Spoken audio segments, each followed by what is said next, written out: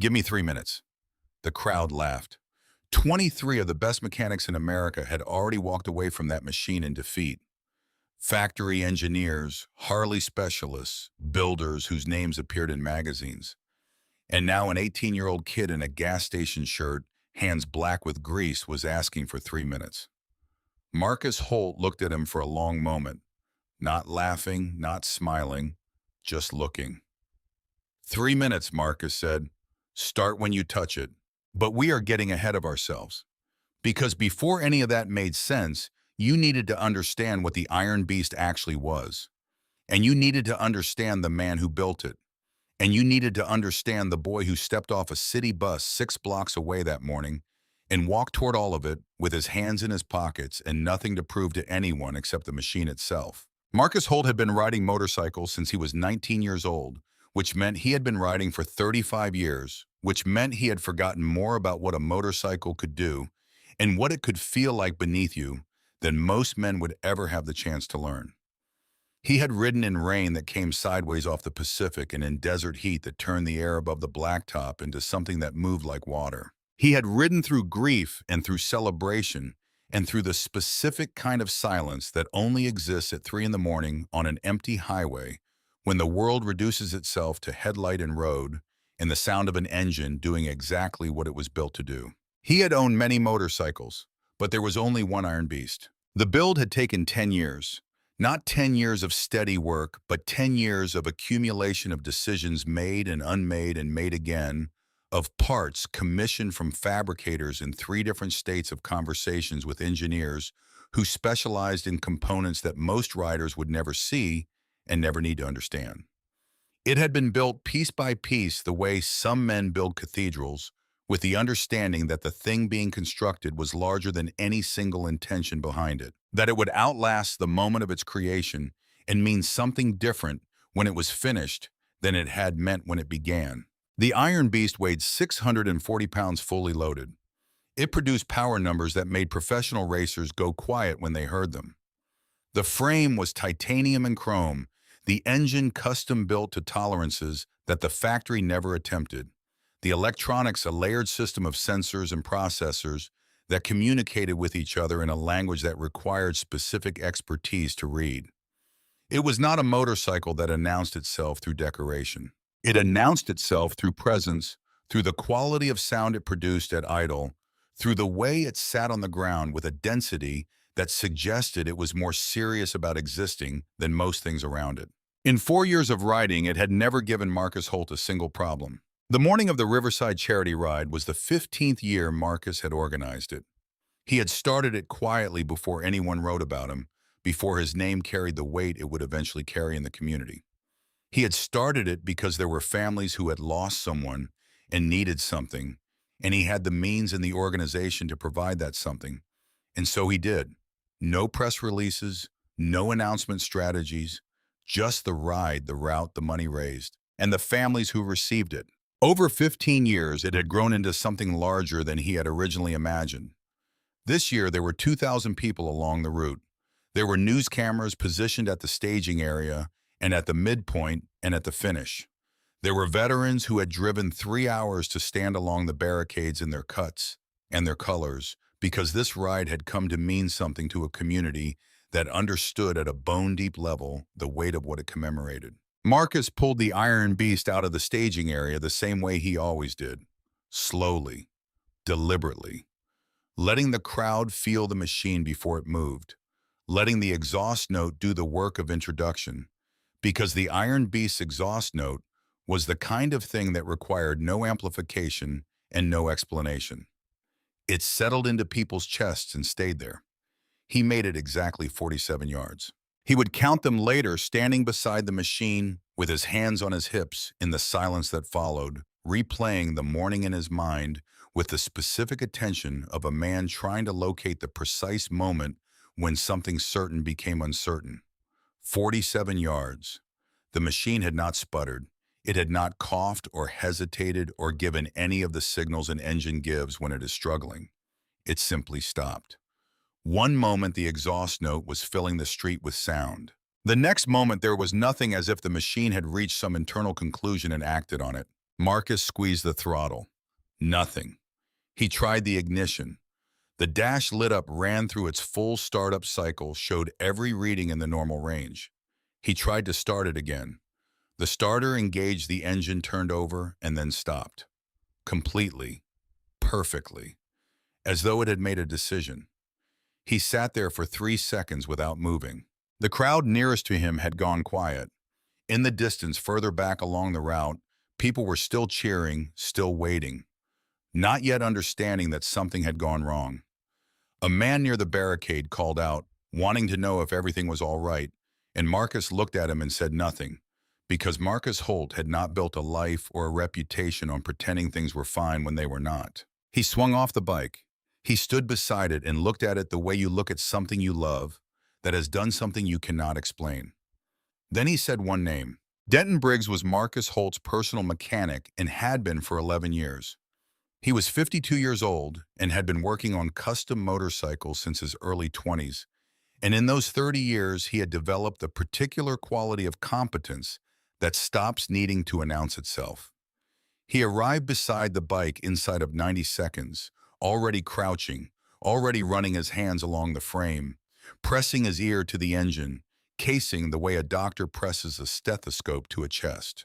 He tried starting it twice himself, got the same result both times, then plugged his diagnostic scanner into the bike's OBD port. The scanner talked to the bike's ECU for 40 seconds. It returned no error codes, no fault readings, no warnings of any kind. Every system, according to the data, was functioning perfectly. Denton stood up slowly and looked at Marcus, and something passed between them that did not require words. The understanding that this was not going to be a quick fix. That whatever was wrong with the Iron Beast was wrong in a way that did not declare itself honestly. "I need time," Denton said. "How much time?" "I don't know yet." Marcus nodded once. He turned to his road captain and told him to push the start time and not to say why. Then he made 2 phone calls before he reached the staging area, because Marcus Holt had learned over 5 decades that the distance between a manageable problem and an unmanageable one was almost always determined by how quickly you started making the right calls. By noon, 3 additional mechanics had looked at the Iron Beast. By 3 in the afternoon, the Riverside charity ride had been officially postponed. By evening, the story had begun moving through the channels, where stories about powerful men and expensive machines always move quietly at first, and then with the velocity that only comes when a narrative contains the right elements in the right combination. A famous name, a legendary machine, an unsolvable mystery. The footage that someone in the crowd had captured of Marcus sitting motionless on the dead bike, surrounded by 2,000 people who had gathered to watch something triumphant and were instead watching something suspended and uncertain, had already accumulated views that the person who filmed it could not quite believe when they checked their phone that evening. Marcus sat in the back of the event tent that night and let his people talk. He listened while 3 of the most experienced engineers he knew went through every possibility they could identify and came away empty each time. The fuel system was intact. The electrical connections were clean. The mechanical components showed no signs of failure. The engine itself, examined in sections, was in near-perfect condition. One of the engineers finally said that it was as though the machine had simply decided to stop and then immediately looked uncomfortable for having said something that scientific expertise had no framework to accommodate. Marcus did not laugh at him. He thought about it for a long moment and then said, "What don't we understand about it?" Nobody had a good answer. "Find out," he said. The second day brought specialists. By 8 in the morning, a factory-trained engineer from the manufacturer of the bike's custom ECU had flown in from Columbus, Ohio. He spent 4 hours running every diagnostic protocol he knew. He called 2 colleagues and walked them through the problem step by step.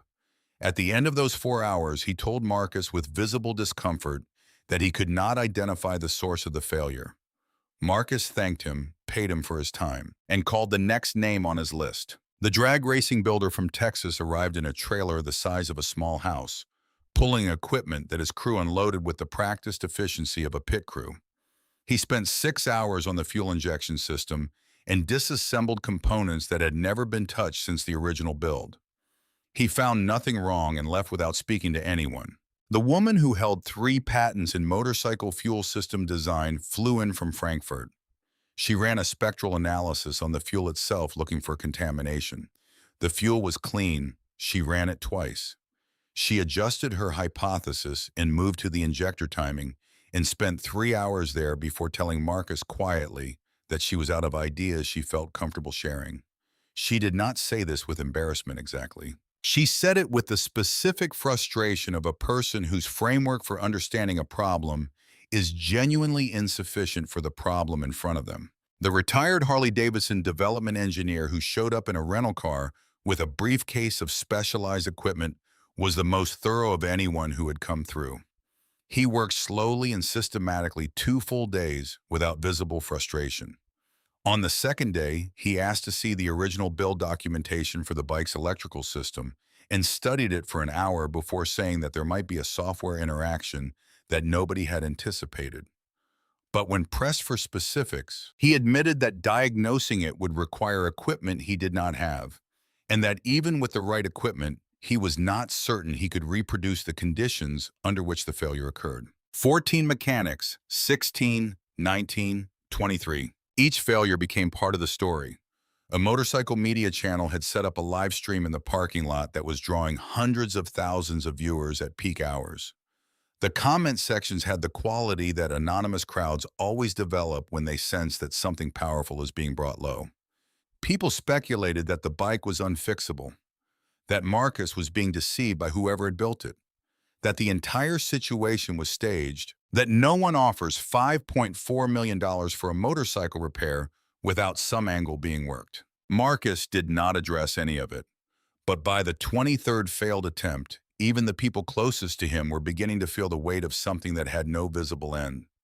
Wade Pruitt, who had been Marcus's road captain for 11 years and who was among the steadiest men Marcus had ever known, pulled him aside on the fourth evening and said what steady men eventually say when a situation has gone on long enough. Marcus, you might need to consider the possibility that this one doesn't get fixed, at least not by anyone who's come through here. Marcus looked at him. You think I should quit? I think there is no shame in accepting that some problems don't have available solutions. That's a different thing than quitting. Maybe, Marcus said. He looked toward the parking lot where the Iron Beast sat under a canopy with 2 men attending it, the 23rd mechanic packing up his equipment with the particular silence of a person who has run out of things to try. But I've been watching how everyone works, and they're all doing the same thing in different ways. They're all looking for one failure, one thing that went wrong, and I don't think it's one thing. Wade looked at him. What do you think it is? I think it's several things, Marcus said, and I think they're only visible when you look at them together, which means we need someone who can see the whole picture. Wade thought about that. Then he said, where do you find someone like that? And Marcus said, honestly, I don't know, but I think they find you. On the morning Marcus announced the reward, he did it the way he did most important things, without preparation and without handlers, and without the careful management of message that the people around him occasionally tried to introduce into his life. He called the press himself. He stood in the parking lot beside the Iron Beast and looked at the gathered cameras and reporters for a moment before he spoke, and when he spoke, his voice was completely level. He said that for 8 days, some of the best mechanical minds in the country had examined this machine and come away with nothing. He said he was going to do something he had never done before. He was going to open it up completely. Whoever could diagnose and fix the Iron Beast correctly and completely, with the engine running the way it was built to run, would receive a reward of $5.4 million. The silence that followed was complete enough that you could hear traffic from the highway 3 blocks away. Then the questions started, and Marcus answered exactly 3 of them before walking back inside because he had said what needed to be said, and adding to it would only dilute it. By that afternoon, the number 5.4 million was in every headline connected to the story. By evening, it had been picked up internationally. The Iron Beast had become the most talked about broken machine in the world, and the people who believed they could fix it began arriving from everywhere. In Billings, Montana, in the back office of the Road's End service station on a Tuesday evening, A young man named Ryan Cole was reading about it on his phone during the 20 minutes he allowed himself between the end of his shift and the start of whatever needed doing at home. Ryan was 18 years old. He had been 18 for 3 months, a fact that still occasionally surprised him when he encountered it in paperwork, because the last 2 years had not felt like the years of an 18-year-old. They had felt like the years of someone considerably older, someone who had been handed responsibilities that arrived before he had finished growing into his own understanding of what he was capable of, and who had simply grown into that understanding faster than he might have otherwise, because the alternative was not acceptable. His father's name was Gerald Cole. Gerald had built Cole Mechanical over 20 years, starting with a rented bay in a strip of industrial units on the south side of Billings, and expanding slowly and without drama into the kind of operation that the surrounding community came to depend on. Not because it was the biggest shop or the cheapest or the most modern, but because Gerald Cole had a quality that the people who brought their vehicles to him recognized, even when they could not name it. He did not fix what did not need fixing. He did not charge for labor that had not been performed. He explained what he found in language that respected the intelligence of the person listening. And when he said something was right, it was right. And when he said something needed attention, it needed attention. And in 20 years of operation, his record on both counts was essentially perfect. Ryan had grown up in that shop, not as a child who occasionally visited and watched, but as someone who was genuinely present, who from the age of 9 had been positioned beside his father at whatever was being worked on and had received the real explanation. Not the simplified version, not the version calibrated to a child's patience, but the actual technical reasoning behind each decision. Why this component was designed the way it was.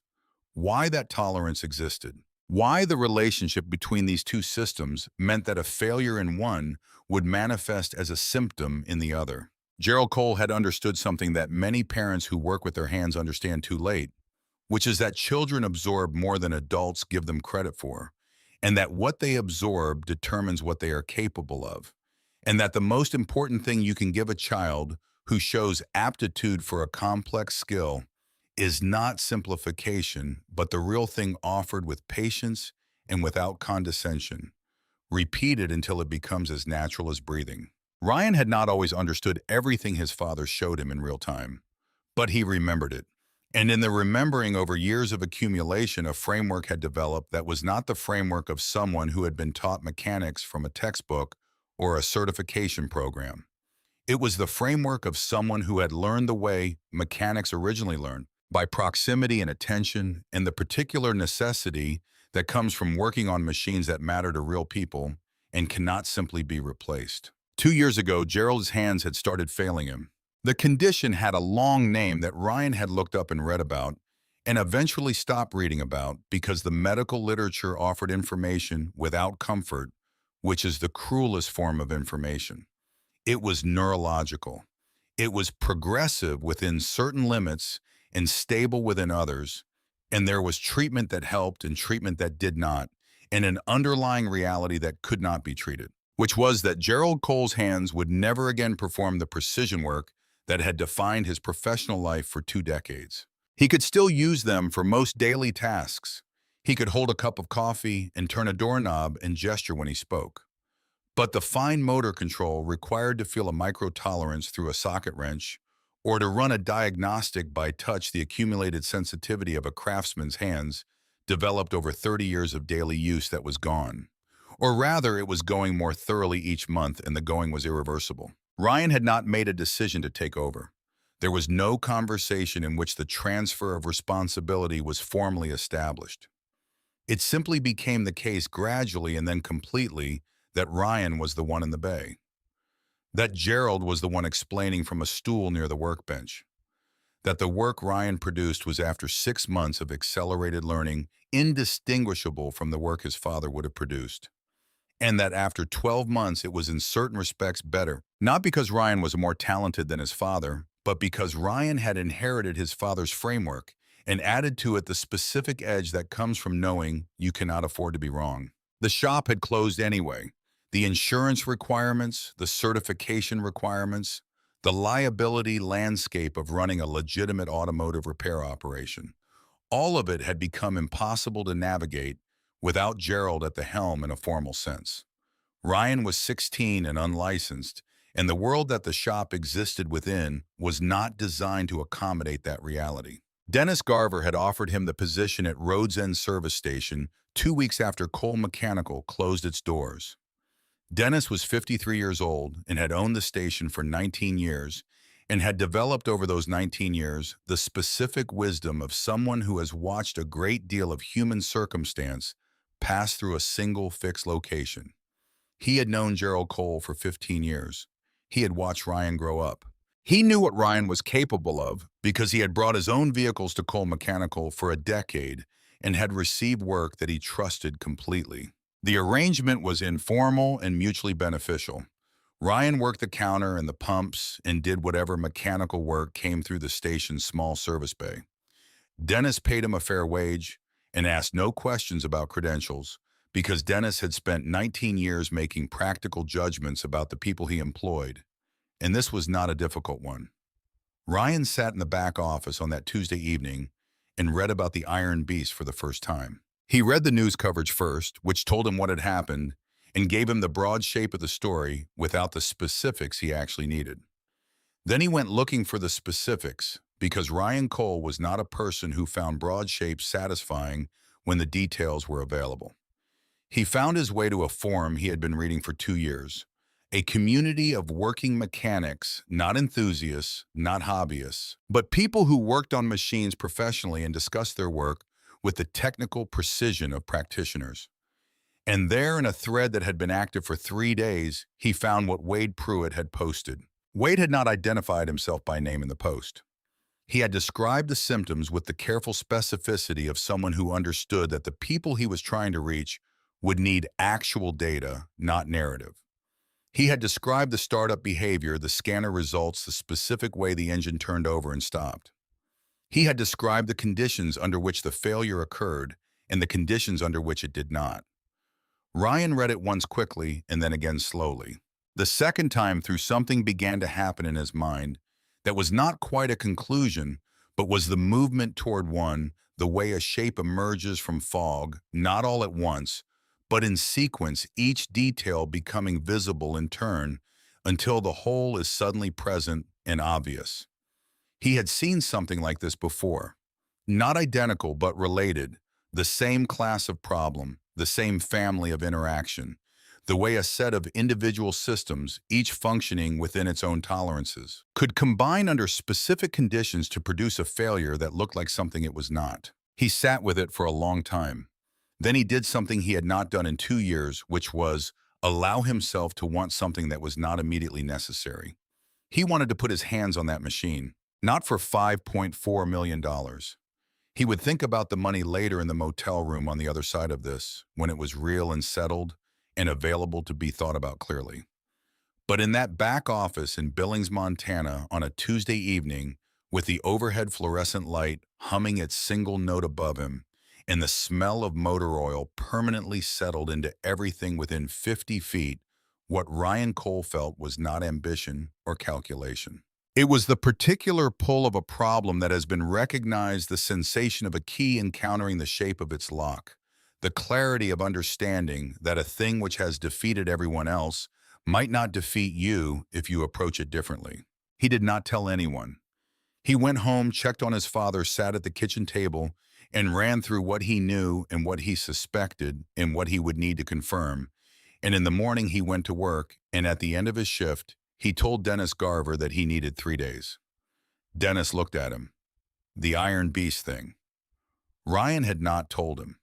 Dennis had apparently connected the dots himself from the news coverage and the particular way Ryan had been quiet for the last 16 hours. Yes, Ryan said. Dennis was quiet for a moment. He was not a man who performed his thinking out loud. Then he said, I'll cover your shifts. Go. Ryan did not have the money for a flight.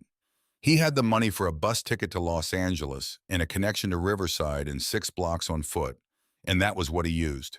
He arrived in Riverside on a Thursday morning, having spent 18 hours on buses, with a notebook in his lap that he had filled by the time the second bus pulled into the terminal with everything he was fairly certain he understood about the Iron Beast problem, and the specific sequence in which he intended to address it.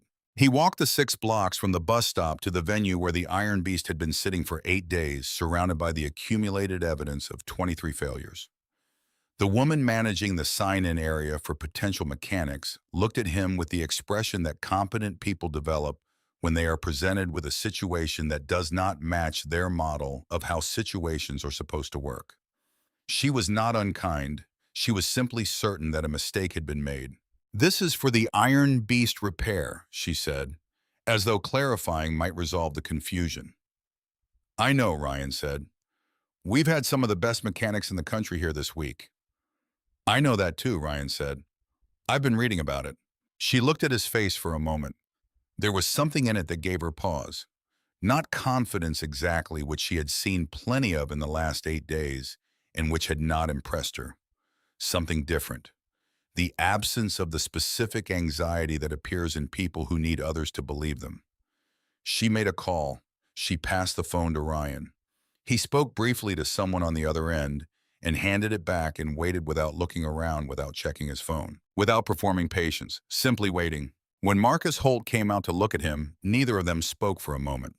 Marcus took in the gas station shirt with Road's End Service stitched above the pocket, the hands, the face that was giving him nothing except the straightforward fact of its attention. "You're a mechanic," Marcus said. "I work at a gas station," Ryan said. "I fix what comes in." "That's not what I asked." Ryan looked at him steadily. "I've been working on engines since I was 9 years old. My father had a shop. He got sick. I started doing his work. I don't have certifications. I don't have a shop. But I know what's wrong with your bike." That last sentence landed differently than the ones before it. Not louder, not more forceful, simply declarative in the way that statements are declarative when they are describing something the speaker knows to be true rather than something they hope will be believed. Marcus was quiet for 3 full seconds. Then he said, 23 mechanics couldn't figure it out. Ryan said, "I was watching the last one through the fence this morning. He was looking in the same place as everyone else. And where should he have been looking?" "I'll show you," Ryan said. "Give me 3 minutes." Somewhere behind Marcus, someone laughed. It was the involuntary kind of laugh, the body's automatic response to something that strikes it as obviously mismatched with reality. An 18-year-old in a gas station uniform, no equipment, no credentials, asking for 3 minutes on a machine that had defeated the credentialed and the equipped for 8 days running. Marcus turned towards the sound with a slowness that suggested he had all the time in the world and had chosen to spend a portion of it in this direction. He looked at the person who had laughed. He did not say anything. He simply looked for one additional second, communicating without words that the conversation was complete. Then he turned back to Ryan Cole. He studied the boy for another long moment. The stillness, the hands, the absolute absence of any need for the crowd around them to believe in him before he had earned that belief. "What's your name?" Marcus asked. "Ryan," the boy said. "Ryan Cole." Marcus Holt nodded once, slowly. The way a man nods when he has made a decision he is not entirely certain about, but intends to stand behind regardless. 3 minutes, he said. "Start when you touch it." Ryan Cole walked toward the Iron Beast the way someone walks toward a thing they already understand. Not slow, not fast. Purposeful, with the economy of movement that develops in people who have spent years working in tight spaces where every gesture has to mean something and nothing can be wasted. The crowd parted just enough to let him through, and the dismissal in that parting was complete. Someone near the back called out asking who the kid was, and someone else replied that he was nobody, and that answer seemed to satisfy the crowd entirely, which was the kind of satisfaction that tends to precede being wrong about something in a way you remember for a long time afterward. Marcus Holt stood 6 feet back and said nothing. Denton Briggs had positioned himself near the front of the gathered crowd with his arms crossed and his expression working very hard at neutral. He had been the first mechanic to fail, and he had spent 8 days since watching 22 other people fail in different ways. And what he had arrived at was not bitterness, but a settled professional certainty. Whatever was wrong with the Iron Beast was wrong in a way that required equipment and data that no individual working by hand could identify in any reasonable time. He was watching this teenager and feeling two things at once: the professional irritation of someone who suspects they are watching a performance, and something quieter underneath it that he was not ready to name.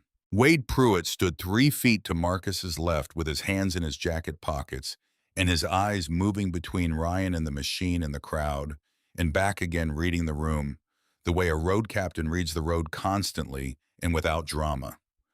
Ryan reached the Iron Beast. He did not circle it. Every mechanic who had come before him had circled it, that slow, deliberate walk that communicates expertise to an audience and buys time for the walker to form an initial impression. Ryan stopped at the right side of the machine and crouched down to eye level with the engine casing and simply looked. Not touching, just looking. His eyes moved in a pattern that was not random. If you watched closely enough, and several people in that crowd were watching closely enough, you could see that he was tracing something specific. Following a line of reasoning that had a beginning and a direction, moving from one component to the next, in a sequence that suggested he was not searching, but confirming, checking what he already suspected against what he was actually seeing. 40 seconds passed. The crowd began to stir in the way crowds stir when they expected action and are receiving stillness instead. Someone said he was just standing there. Someone else said he was thinking, with a sharpness in their voice that drew a brief hostile look from the person nearest to them. Then Ryan moved. He pressed 2 fingers against the frame rail just ahead of the battery box and held them there for 3 seconds, feeling something that was either present or absent, confirming or disconfirming something in the sequence he was running. He released. He moved to the ECU housing and did something that the people nearest to him could not quite see because his hand was partially blocked by the frame, a small, precise motion that lasted perhaps 2 seconds. Then he stood and walked around to the left side of the bike. He pressed his palm flat against the fuel tank near the seam where the tank met the frame, held it, released. He crouched again and tilted his head at a specific angle to look at the underside of the fuel housing, his head low, and turned in a way that suggested he was looking for something that was only visible from exactly that position, at exactly that angle, with exactly that quality of attention. He was not touching, just looking at something that required a particular approach to see clearly. 1 minute and 12 seconds had elapsed. Denton Briggs had uncrossed his arms without noticing he had done it. Marcus Holt had not moved. He was watching Ryan with the full weight of his attention, which people who had spent time around Marcus described as something almost physical. The experience of being looked at by someone who has decided that whatever you are doing is the only thing happening in the world right now. Ryan straightened up. He looked at Marcus directly. "Your grounding cable on the secondary circuit has an intermittent fracture," he said. His voice was level and unhurried, the voice of someone stating observations rather than making arguments. "It is not a clean break. It is a stress fracture that opens under thermal expansion. So it tests correctly when the bike is cold and fails when the engine reaches operating temperature. That is why your diagnostics show nothing. The fault is not present when the machine is sitting still." Silence. Marcus looked at him without expression. "What else?" Ryan tilted his head slightly, the small involuntary motion of someone who heard a question they did not expect. He had expected argument. He had expected the defensive processing of expertise being challenged. The fact that Marcus had simply said "what else," as though he already understood there was more, changed something in Ryan's posture, almost too small to see but present. "Sensor timing drift," Ryan said. "Your crank position sensor and your throttle position sensor are both reading correctly when examined individually, but they are operating with a tolerance gap between them that is just wide enough to create a conflict under load. Neither one is broken. Together, under the right conditions, they produce a signal the ECU does not know how to interpret." He paused for the length of a breath. "The ECU itself has a firmware conflict. The version currently installed has a known interaction issue with the custom fuel mapping that was loaded into it. Whoever built this bike loaded a fuel map written for a different firmware version. Under normal operating conditions, it runs adequately. Under specific combinations of load and temperature, the ECU receives contradictory instructions and shuts down the fuel system as a protective response. Ryan paused again. It believes it is protecting the engine. It is doing exactly what it was programmed to do. The programming simply was not written for the situation it is actually in. The crowd had stopped producing the ambient sound that crowds produce when they are waiting for something to happen.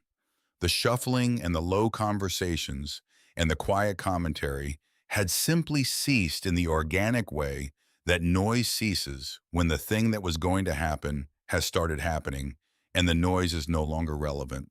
Marcus said, "You said 4 failures, that is 3." Ryan crouched back down. He pointed at a specific section of the fuel housing near the lower seam. Not touching, just pointing with the precision of someone indicating something they can see clearly and want to direct another person's attention to exactly. There is a stress fracture in the fuel housing at this seam. It is not leaking. Under pressure, it flexes just enough to cause a momentary drop in fuel pressure that compounds the ECU issue at the exact moment the ECU is already struggling to process conflicting instructions. He stood up and looked at Marcus.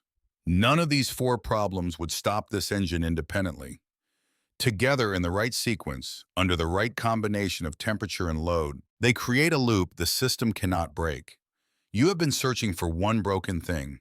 There are 4 broken things hiding behind each other, and they are only visible when you look at the conversation between them rather than at any single voice. 1 minute and 58 seconds. The crowd was not laughing anymore. That had stopped somewhere around the 90-second mark quietly and without acknowledgement, the way certainty sometimes dissolves before the mind has fully processed the reason for its dissolution. The people who had been holding their phones up in the expectation of something comic were still holding their phones up, but the quality of what they were recording had changed entirely. They were recording because they did not want to miss what was happening, not because they expected it to be funny. Denton Briggs took 3 steps forward from where he had been standing. He moved without deciding to move the way the body sometimes moves towards something before the mind has completed the instruction. He stopped himself. He stood there for a moment.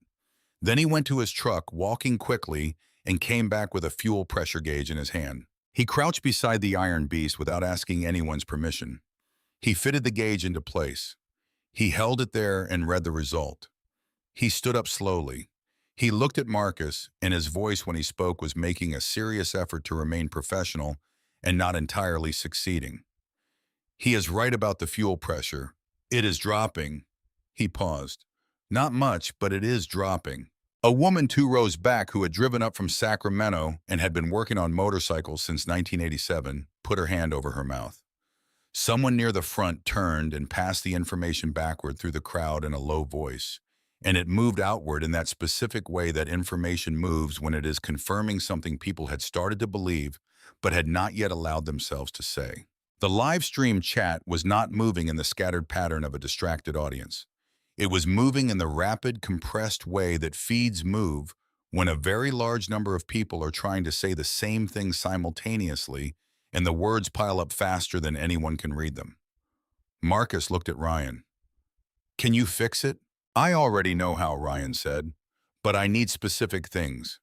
He listed them without hesitation, the way you recite something you have been holding in your mind for 18 hours and have not needed to write down because it was never going to leave.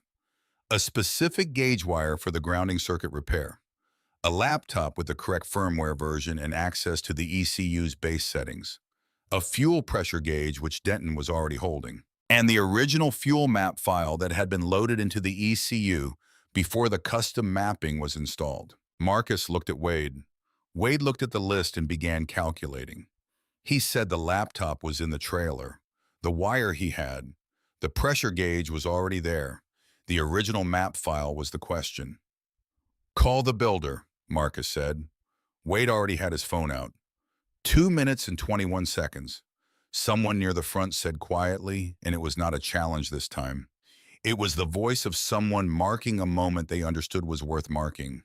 What happened in the following minutes had the quality of controlled urgency that occurs when a situation shifts faster than the people around it can fully adjust to. Wade was on the phone, moving in one direction. Someone was running to the trailer for the laptop. Denton Briggs had already moved back to his truck and was returning with additional tools because Denton was a professional. And professionals do not allow pride to obstruct the resolution of a problem, even when the resolution is coming from a direction that is personally uncomfortable. The clock had passed 3 minutes and someone in the crowd noticed and said so. His voice had the particular quality of a person who has been waiting for grounds to object and has just found them. Marcus turned towards the voice with the slowness that suggested unlimited time being deliberately allocated. He found the man. He was perhaps 50, broad across the shoulders, wearing a jacket with a shop logo. He had the look of someone who had built an identity around knowing things and was experiencing the specific discomfort of watching that identity encounter something that did not accommodate it. His 3 minutes were for the diagnosis, Marcus said. He gave me the diagnosis. He held the man's gaze for one additional second, not threatening, not aggressive, simply communicating that the subject was closed. Then he turned back to Ryan. The man in the shop jacket said nothing else. Ryan was already crouched beside the bike, looking at the grounding circuit with the focused attention that excludes everything peripheral. The crowd, the cameras, the knowledge that the live stream had now crossed 400,000 concurrent viewers who were watching an 18-year-old in a gas station shirt either validate everything he had just said or publicly demonstrate the limits of confidence, unaccompanied by ability on a camera that would preserve the result indefinitely. None of that was present on Ryan's face. What was on his face was the problem. Only the problem. The problem was what mattered, and everything else was ambient noise at a frequency too low to register. Denton appeared beside him and crouched down without a word. The two of them were close together over the engine now, and Denton said quietly, "Where exactly?" and Ryan showed him with a single precise indication, and Denton positioned himself and his tools in relation to that indication with the efficiency of someone who has spent 30 years learning how to work in tight spaces alongside another person. They did not negotiate who would do what. The division of labor arranged itself naturally, the way it arranges itself in a good shop between people who understand the same language, even if they learned it in different places. Ryan went to work on the wire first. He stripped the end with a cleanness that made Denton glance sideways at him.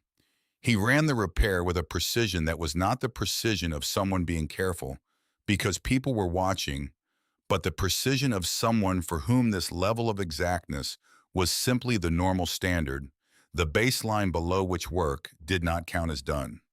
The connection he made would not just address the problem. It would address it in a way that prevented the same failure from recurring through the same mechanism. Because Ryan Cole had been raised in a shop where fixing something meant fixing it so that it stayed fixed, and that principle had become structural in him. He worked without narrating, without checking the crowd, without the self-conscious awareness of the lens that most people cannot suppress when they know they are being filmed. Wade arrived with the laptop. The builder had returned his call and sent the file. Ryan paused his work on the grounding circuit for 30 seconds to look at the file, confirm what he needed, and handed the laptop back to Wade with specific instructions about what to load and in what sequence. Wade looked at the instructions for a moment and said he would need guidance on a step he was not familiar with. Ryan said to walk through it together. And then, while his hands continued working on the grounding circuit, with no reduction in precision, he talked Wade through each step of the firmware process in a voice that was calm and exact, the way someone gives directions on a route they have driven enough times to describe without thinking about it. 8 minutes into the work, the character of the crowd had changed completely. There were still people at the periphery with their arms crossed and their expressions fixed, because some people protect themselves from being wrong by committing to their position past the point where the evidence justifies it. But the center of the gathering, the mechanics and the riders, and the people who had been following this story for over a week, had shifted into that suspended state between skepticism and conviction, where people go when something is happening that they have not yet decided how to categorize. They were leaning forward in the specific way that people lean when they are no longer performing interest, but actually feeling it. Denton was serving as Ryan's second set of hands, and he had arrived at that role without anyone planning it. He held what needed to be held, and handed what needed to be handed and said nothing except what was functionally necessary, which was exactly the right call, and he knew it. Because Denton Briggs had 30 years of experience, and he recognized good work when he was adjacent to it, and what was happening 3 feet from his face was good work. It was better than good. It was the kind of work that people with 3 times this boy's years of experience occasionally produced on their best days, and this did not appear to be a best day. This appeared to be a Thursday. The fuel housing was the most technically demanding section of the repair. The access angle was difficult. The fracture was fine enough that you had to know precisely where to look to find it, and Ryan had found it by eye without magnification in the initial examination, which Denton was still processing in some compartment of his professional understanding where things that should not be possible were stored for later reconciliation. Ryan worked at it with a steadiness that the people watching found increasingly difficult to explain away. 14 minutes, 15. Marcus Holt was standing with his arms at his sides and his eyes on the bike, and his attention somewhere internal that Wade could not quite reach. Wade had been beside Marcus for 11 years. He could read the man with the accuracy that proximity and shared experience eventually produced, not perfectly, but well enough to know when something was happening underneath the surface. And something was happening. Marcus was not watching Ryan the way he had watched the previous 23 mechanics. He was not evaluating. He was not waiting for the point of failure. He was watching the way you watch something that already makes sense to you, and you are simply allowing to arrive at its conclusion. Wade moved close and said quietly, "You knew." Marcus did not look at him. Knew what? That it was not one failure. Marcus was quiet for a moment. Then he said, "I suspected. I could not prove it. I did not have the language for it." But he did. "He did," Marcus said. And in his voice was something Wade had not expected. Not vindication. Not the satisfaction of being right. Something older and quieter than that. The particular quality that surfaces in people who have spent decades around genuine skill and can recognize it on sight even when it appears in a form they did not anticipate and could not have predicted. At 17 minutes, Ryan straightened up and looked at Marcus. "The firmware is updated," Wade confirmed from the laptop. "Map file loaded correctly," he added a moment later. Ryan nodded once. He looked at the Iron Beast and then at Marcus and said, "It is ready to try." The crowd heard that. The crowd went so quiet that the live stream audio, which the producers would later describe as the cleanest moment in 10 days of recording, picked up the sound of a light wind moving across the parking lot and nothing else beneath it. Marcus walked to the bike. He did not rush. He moved at the pace of a man who has learned that hurrying communicates a kind of panic he does not feel and does not intend to perform. He put his hand on the grip and looked down at the machine for a moment that extended and held. 10 years of building and 4 years of riding and 8 days of this. Everything that the Iron Beast had meant and everything that the last week had cost. All of it gathered in the 2 seconds he stood there with his hand on the grip before he swung his leg over and settled into the seat. He reached for the ignition. He pressed the start button. The starter motor engaged. The engine turned over and then stopped. The same result. Exactly the same result as 8 days of failure before it. The engine turned and ceased. The dash lit up and displayed normal readings, and the engine would not run. The silence that followed was a different kind of silence than the one before. It had a quality of collapse in it, of something structural giving way. The air changed. People who had been leaning forward pulled back. The woman from Sacramento took her hand away from her mouth and pressed it flat against her chest. Someone toward the back made a sound that the people nearest to them would remember for a long time. Denton stared at the ground with the expression of a man absorbing information he had not prepared himself to receive. And Ryan Cole stood beside the machine with his eyes closed. Not in defeat, not in the posture of someone who has run out of options and is processing the fact. In the posture of someone doing something specific with their eyes closed.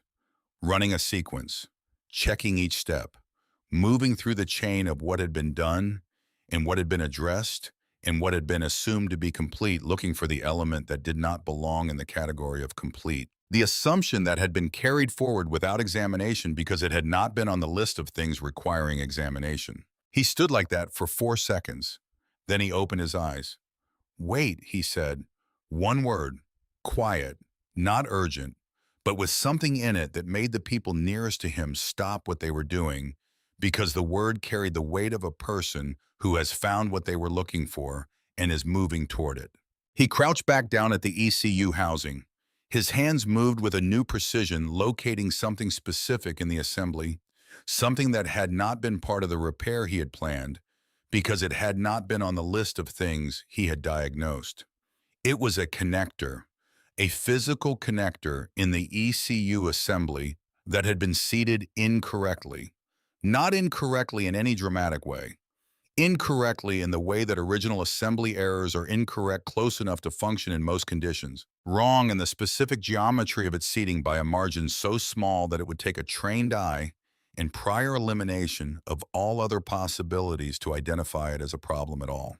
It had been there from the beginning, from the day the Iron Beast was first assembled in whatever shop, in whatever state, by whatever hands, had put this specific component in this specific place. It had functioned adequately for 4 years of writing because the conditions under which it became the final point of failure were rare.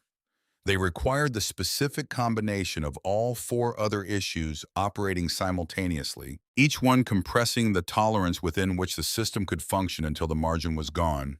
In this connector, this one quietly wrong connector, seated in the original assembly, became the thing the system could no longer work around. Ryan made a single precise adjustment. He stood. He looked at Marcus. "Try it again," he said.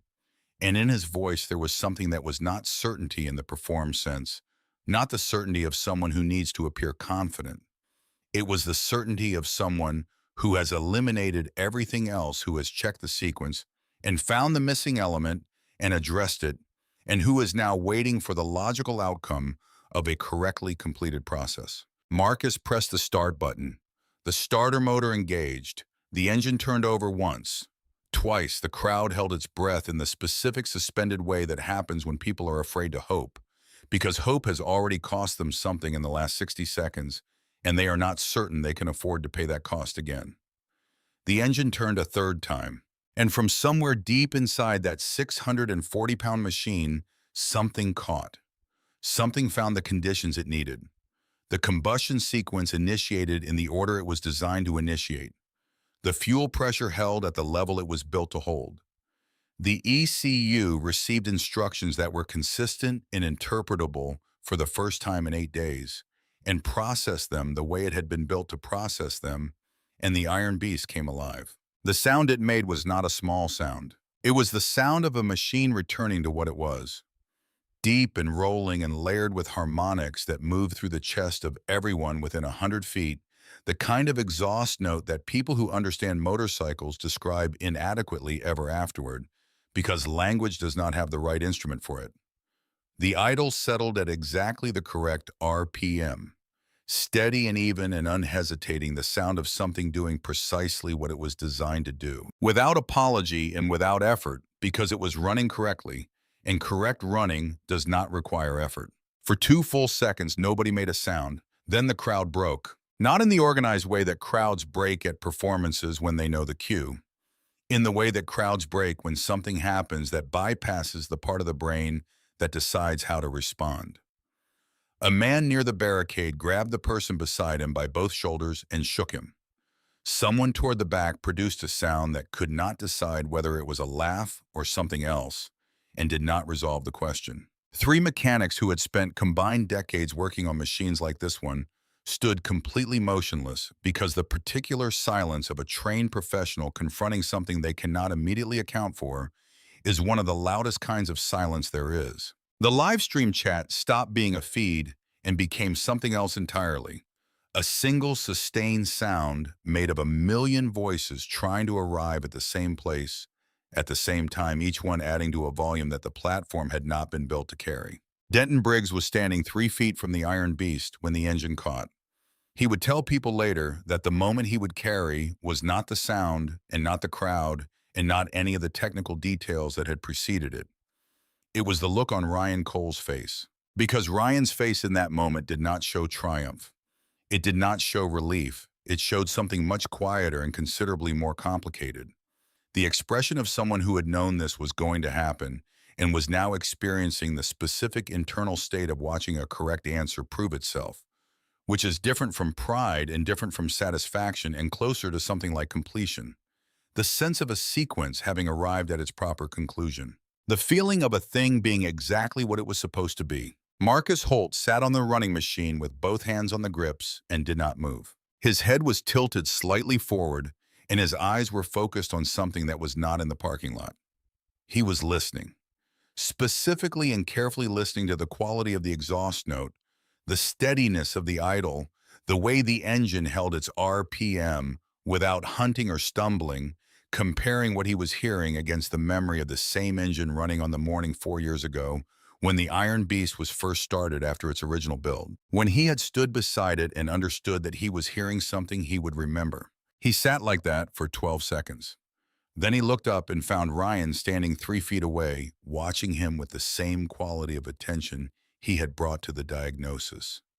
Patient, present, waiting for nothing except what came next. Marcus said, "You didn't fix it."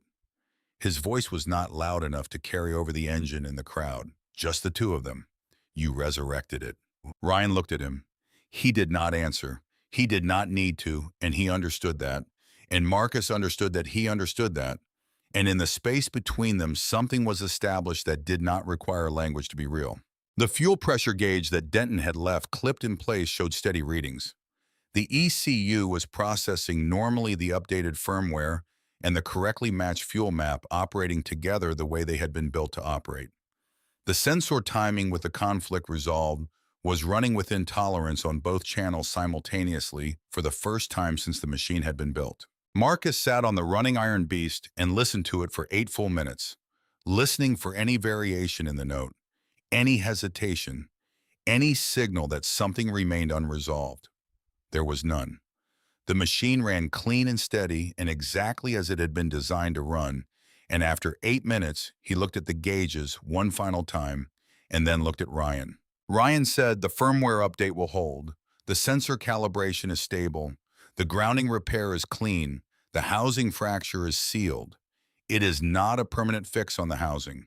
Long term, you want the housing replaced, but it will hold for riding." Marcus nodded once. He sat on the Iron Beast for another moment listening to the idle, and then he looked at Ryan Cole with an expression that the people who saw it that day would attempt to describe in various ways afterward, none of them quite adequate. He said, "Walk with me." They walked to the far side of the venue, away from the cameras, in the crowd that was breaking into smaller groups, all conducting variations of the same conversation at high volume. Wade fell into step at a distance that was close enough to be available and far enough to be absent, which was exactly what the situation required, and he knew it. Marcus said, "Tell me about your father's shop." Ryan was quiet for a moment. Small operation outside Billings. He built it himself over about 8 years. General repair, some restoration work. Good reputation locally. People trusted him because he did not charge for what did not need doing. And he got sick. 2 years ago, his hands, neurological, he can still use them for most things, but not for precision work. Not for anything that requires feel. He said it without drama, the way people describe facts that are painful, but settled that they have had time to place into their understanding of how things are. "How old were you when you took over?" 16. Marcus walked for a moment without responding. The afternoon light was slanting across the parking lot at the angle that comes in late afternoon in California in October, sharp and golden and making everything look slightly more significant than it might otherwise. He said, "What was your training before that?" "Working beside him since I was 9, Ryan said. "He did not teach me the way a school teaches. He put me next to whatever he was working on and explained it while he worked. Not simplified. The real explanation. Why something is designed the way it is, because then you already know how it can fail." Marcus absorbed that. Then he said, "He sounds like someone worth knowing." Ryan looked at him sideways. "He would like to meet you. He followed your charity rides." He always said you were doing it right, not making a show of the giving, just doing it and letting it speak. They walked on. Marcus said, "Does he know you are here?" "He knows I came. He does not know about the money yet. My phone has been off." Marcus stopped walking. "Turn it on," he said, and his voice had something in it that was not quite an order, but was the tone of a man who has put enough time and enough distance between himself and the people who mattered to him to know what that costs, and who does not intend to let someone else make the same miscalculation without at least saying something about it. "Call him," Marcus said. Ryan looked at him for a moment. Then he reached into his pocket and turned his phone on. They sat down on a low concrete barrier at the edge of the lot while the device loaded a week's worth of missed notifications. Marcus sat beside him and said nothing, and did not look at his own phone, which people who knew him well recognized as the form of respect he offered when he believed a moment deserved his complete attention. The call connected on the second ring. Ryan said his father's name. He said he was all right. He said it was done. He listened for a moment and said yes, it was running. Full temperature, steady, idle, clean gauges. He listened again, and his jaw moved in a way it had not moved in the entire time he had been visible to the public that day. Something loosened there. Something that the work and the crowd and the cameras had held in place with the specific tension of a person who cannot afford to be anything other than precise while the work is incomplete. He said, "Dad, they are transferring the money." He stopped. He listened. And the silence on his end was the kind that happens when a person is receiving something from someone they love, that their body needs a moment to absorb fully before it becomes usable. Then quietly, more quietly than anything he had said all day, he asked his father to tell him about the garage, to tell him what he would fix first, what it would need, what he had been thinking about. Marcus looked out across the parking lot. He held the fiction that this conversation was private carefully and deliberately, while the boy talked to his father about a shop in Montana, about what a new lift would cost, whether the electrical panel could take the upgrade, whether the old toolbox in the back corner was worth restoring, or whether it made more sense to start clean. Simple, specific, practical things that were not simple at all. When Ryan ended the call, he sat for a moment with the phone in both hands. Then he said, he cried. "Of course he did," Marcus said. "He does not do that." "He did today," Marcus said. Ryan nodded slowly, and in the silence that followed, something moved across his face that was more visible than anything he had shown all day. Not the diagnostic focus, not the calm of someone doing work they understand completely. Something younger. Something that fit the 18 years he actually was. The accumulated weight of 2 years of carrying something that was too large for the shoulders it had landed on, and the first real exhale of understanding that the terms had changed. Marcus let the silence hold for a moment. Then he said, "I want to ask you something. I want you to answer it honestly, not the way you think I want to hear it." Ryan looked at him. "What are you going to do with it?" Marcus said. "The money. Not the answer you would give to a camera. What are you actually going to do with it?" Ryan looked down at his phone and then back up. He said, "I am going back to work tomorrow. Morning shift, 6 to 2. Marcus looked at him. "At the gas station." "At the gas station? With $5.4 million in your account?" "With $5.4 million in my account," Ryan said, "because Dennis covered my shifts when I needed to deal with my father's situation. I told him I would be back Monday. That is tomorrow. You do not fail to show up when someone covered for you." Marcus stared at him. "And after the shift," Ryan said, "I start planning the garage. My father's garage. Proper rebuild. New lift. New electrical. Enough space to take on students. Kids who cannot afford trade school who learn the same way I did, next to someone who explains the real thing instead of the textbook version." He paused. "My father used to say that skill should not belong only to the people who can pay for it. He said it so many times I stopped hearing it for a while. But it is completely right. And I have the means now to do something about it." Marcus sat with that for a long moment. Then he said, "I want to be part of it. Not financially. You have that covered. I mean, I want to be involved. I know people, fabricators, engine builders, restoration specialists who have been doing this for 40 years and would give time to teaching the right students if someone asked them the right way. He paused. Let me make some calls. Ryan looked at him with an expression that was, for the first time all day, something close to surprise. Not the overwhelmed surprise of someone who did not expect the money, something more specific. The surprise of someone who prepared carefully for one outcome and is standing in a completely different one. Why? Ryan asked. Marcus said, because I have been funding things for 20 years that I believe mattered. And most of them do matter. But what you describe students learning by working beside someone who explains the real thing, that is what I would have wanted when I was 17 and could not get past the door. His voice was level, but there was something behind it. I did not have someone who saw me then. I found my way eventually, but it cost more than it should have. He stood up from the barrier. You are 18 years old. Your father built something worth continuing. Let me help you continue it. The lot around them was thinning. People drifting toward their vehicles, others gathered in small groups, all versions of the same conversation happening at once. The Iron Beast sat under its canopy with the engine cooled. Now the machine that had confounded the country for over a week, sitting quietly in the late afternoon light, as though nothing unusual had happened at all. Marcus looked at Ryan one final time. I will get you my direct number before you leave, he said. Not my assistant's. Mine. Ryan nodded. And Ryan. Marcus paused.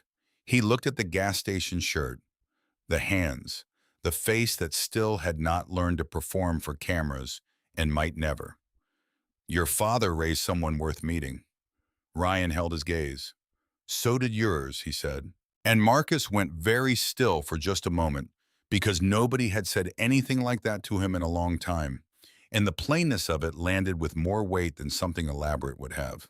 Then Marcus walked toward Wade and Ryan turned back toward the Iron Beast, and somewhere on the other side of the lot, a camera caught the two of them moving in separate directions from the same center point.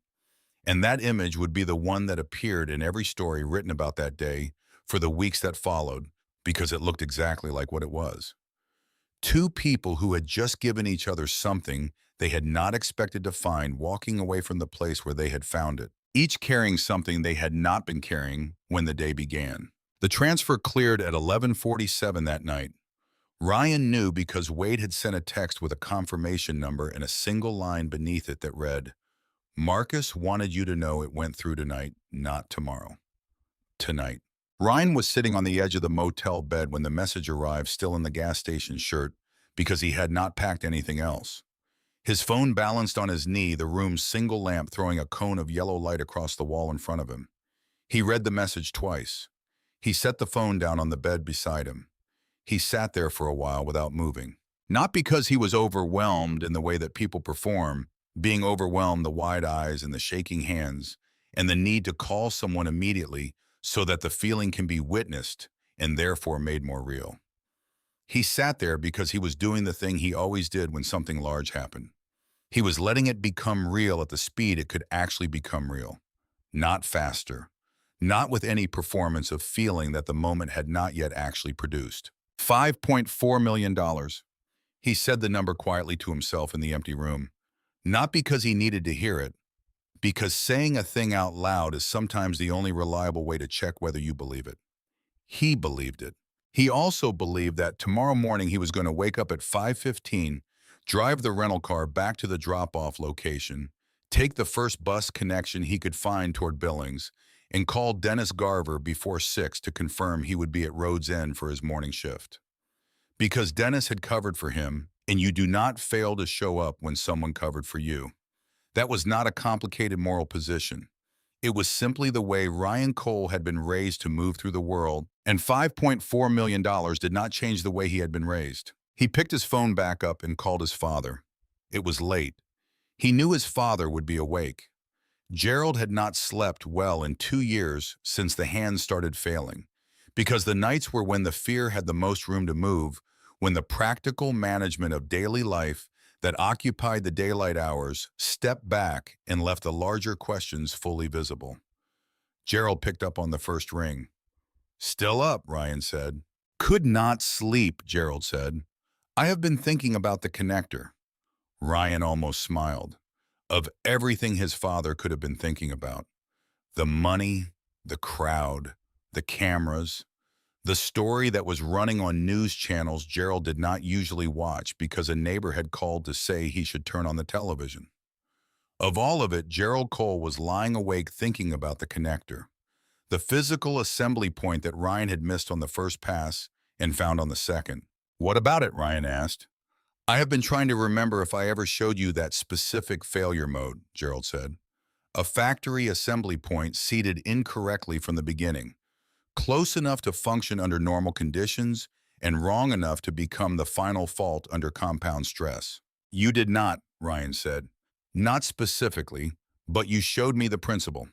You always said the first assembly is where the original assumptions live, that whatever the builder assumed gets locked in at that point, and everything built afterward is built on top of those assumptions, and most of the time the assumptions are close enough that nobody ever has to examine them." His father was quiet for a moment. "You took that further than I meant it. You taught me to take things further than you meant them," Ryan said. "That was the whole point." Another silence, and in it Ryan could hear his father breathing, could hear the particular quality of a person trying to hold something together and not doing it perfectly, which was a sound Ryan knew well enough by now that he could identify it without any supporting information. "I am proud of you," Gerald said, and his voice had the roughness in it that appears when someone has not allowed themselves to cry in a long time and is now paying the accumulated interest on that restraint. "I have been proud of you every day for 2 years, but today is its own thing. Today is separate." "I know," Ryan said. "Come home soon." "Tuesday," Ryan said.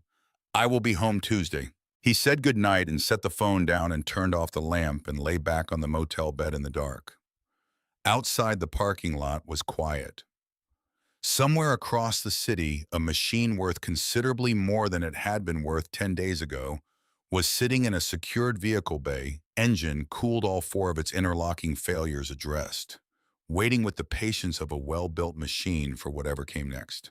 Ryan lay in the dark and thought about the garage in Billings, the electrical panel, the floor drain, the lift clearances. He was still running through the sequence when sleep arrived and took the list away from him. His alarm went off at 5:15. He got up. Dennis Garver had owned Road's End Service Station for 19 years, and he had seen in those 19 years approximately everything that a service station owner sees, which is a wider and stranger range of human experience than most people appreciate until they have spent time behind that particular counter.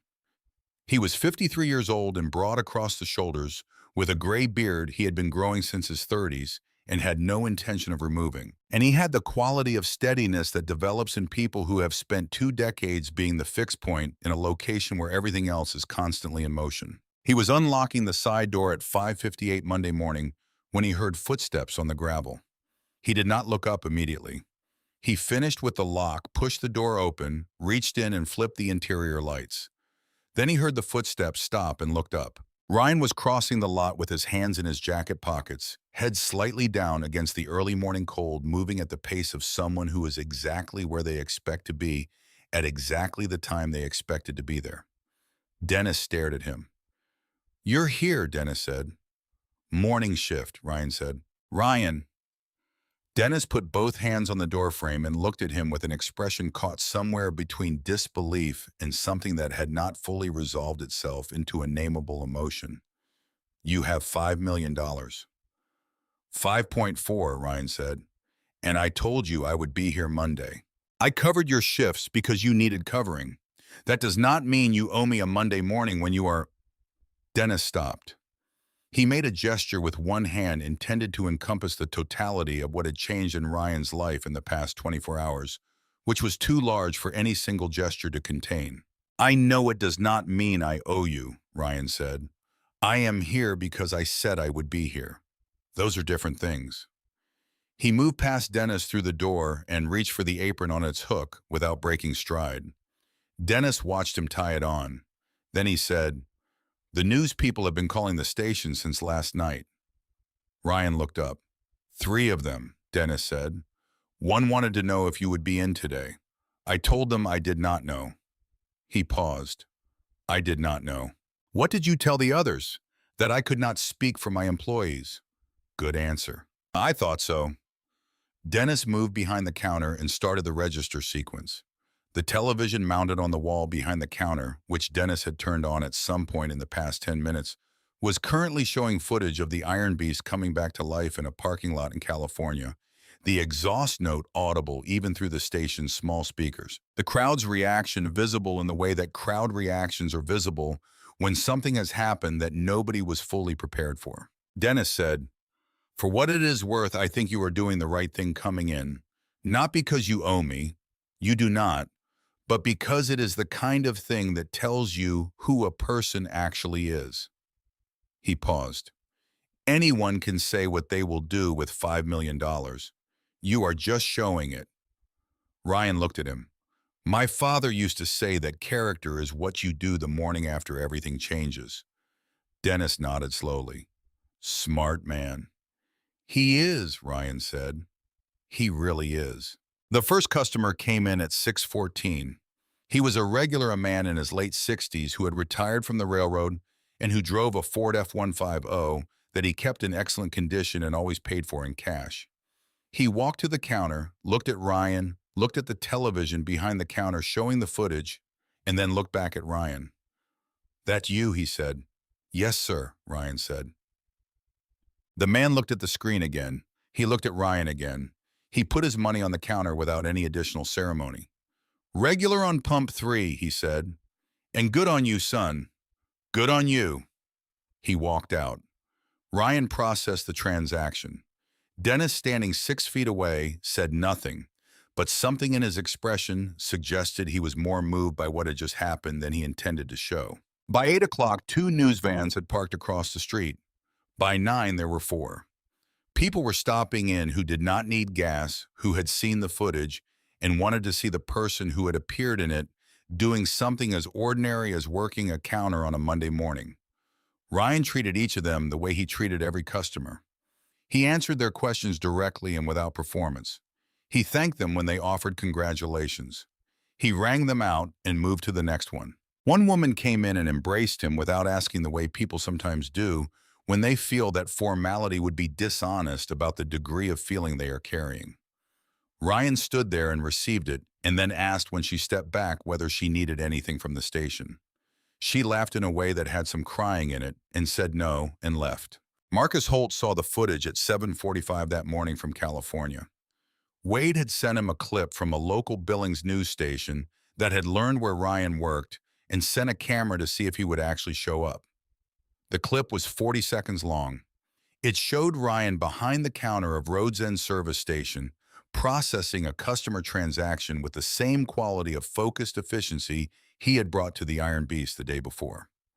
The graphic at the bottom of the screen read, "Teen who fixed Iron Beast returns to gas station job the morning after." Marcus watched it twice. Then he called Wade. "Saw it an hour ago," Wade said. "It is running everywhere. The clip has been shared about 400,000 times since 6 this morning." Marcus was quiet for a moment. "He said he was going back." He said more to himself than to Wade. "I believed him when he said it. I still did not quite think he would actually." "He is also apparently the only employee there this morning," Wade said. "The other person called in sick, so he is running the entire station alone with 4 news vans outside." Marcus was quiet again. "What does he do when people bring up what happened?" "Answers them, thanks them, rings them out," Wade said. "One woman hugged him, and he just stood there and let her, and then asked if she needed anything." Marcus sat with that image for a long moment. Then he said, "Get me Bob Haley's number, the garage builder I used for the Sacramento restoration. Tell him I have a project in Montana I want him to consult on. Tell him there is a young man running it who he is going to want to meet." "Already on the list," Wade said. "And the people from the Tucson shop. The ones running the apprenticeship program with the community college. Get me time to talk to them this week. Done. A pause. Marcus. What? The charity ride, Wade said. The reason all of this started, we have raised more in the past 24 hours than we raised in the 3 days before the breakdown. Marcus went still. How much more? About 6 times more, Wade said. The story opened something up. People who had never heard of the ride, who had never engaged with anything you have done publicly, they are donating. The comments are all some version of the same thing. People saying they watched the kid fix the bike and it made them want to do something that mattered. Marcus did not say anything for a moment.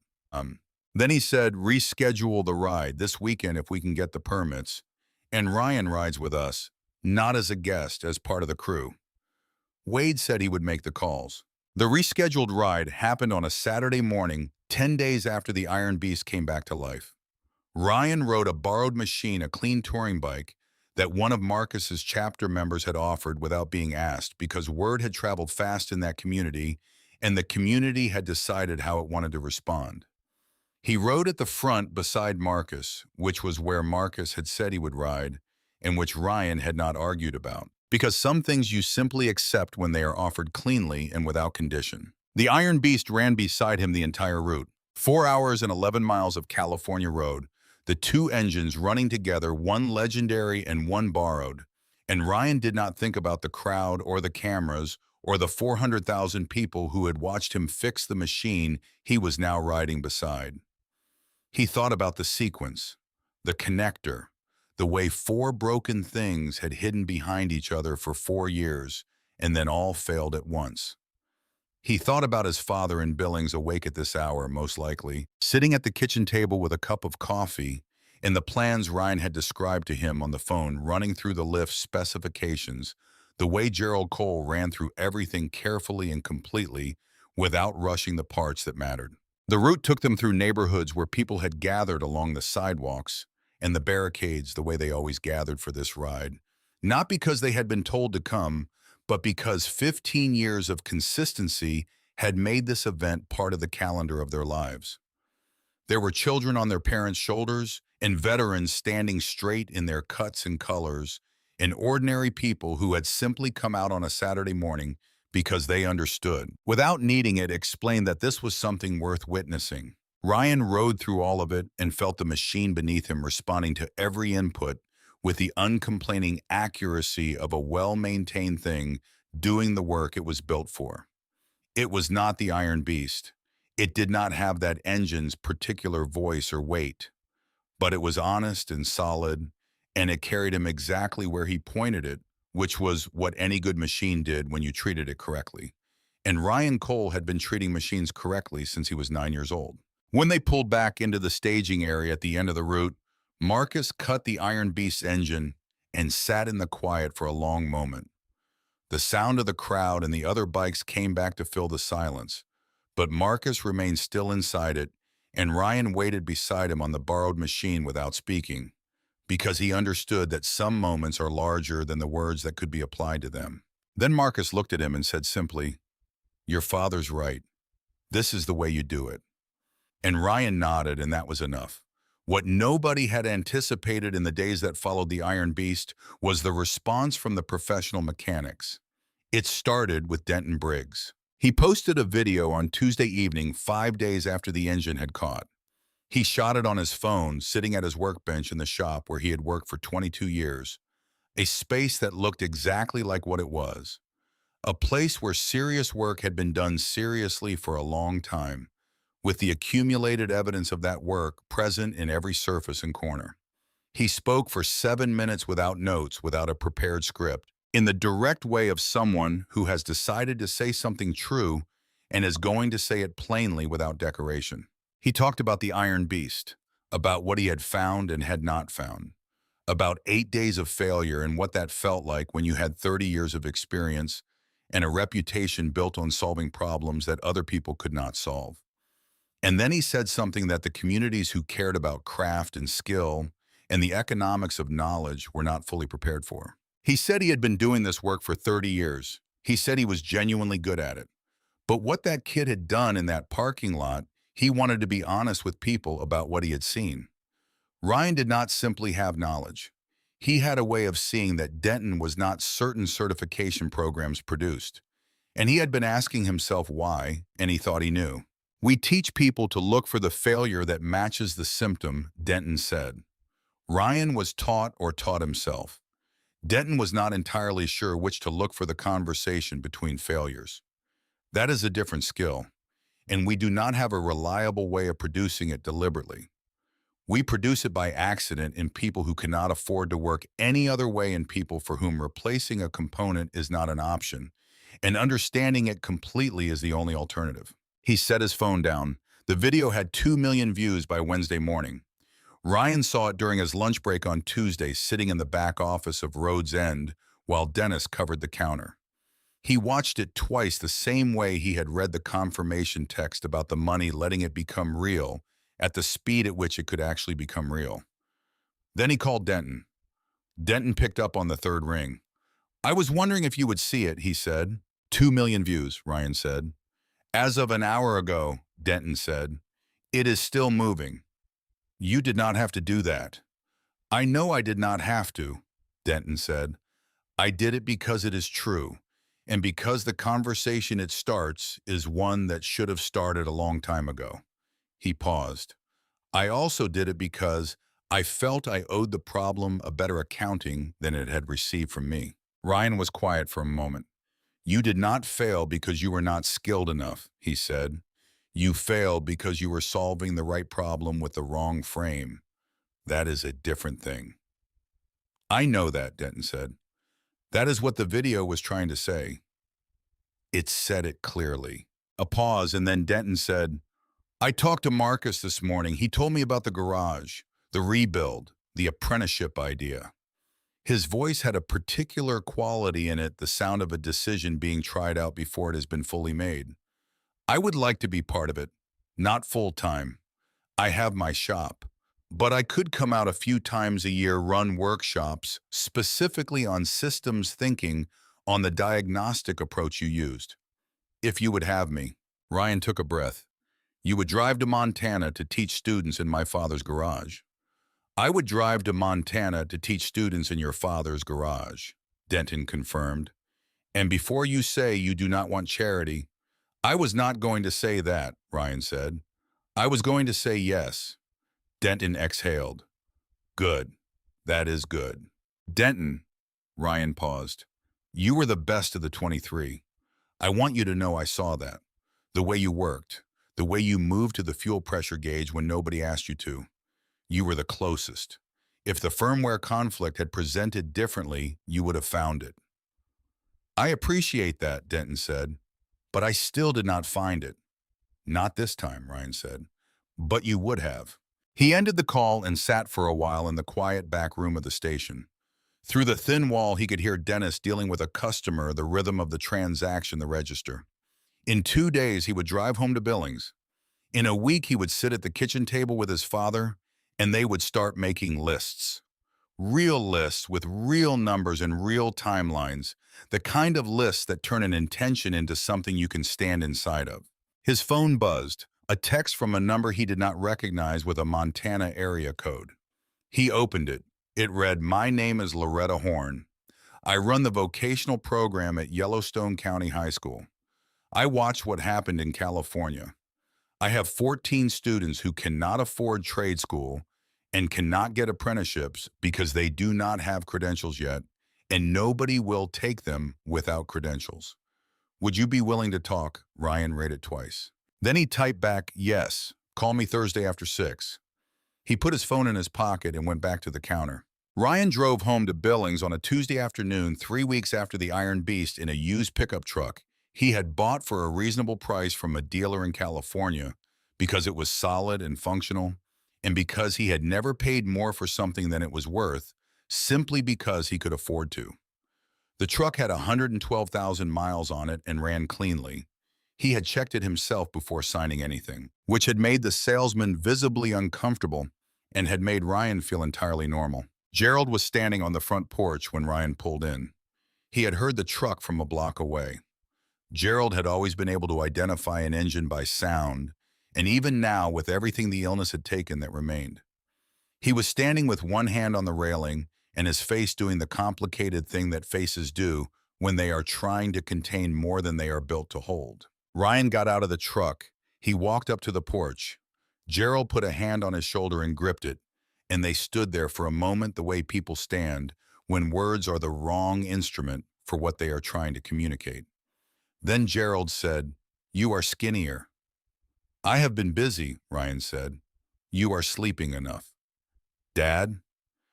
"I am allowed to ask," Gerald said. "You made me $5.4 million richer.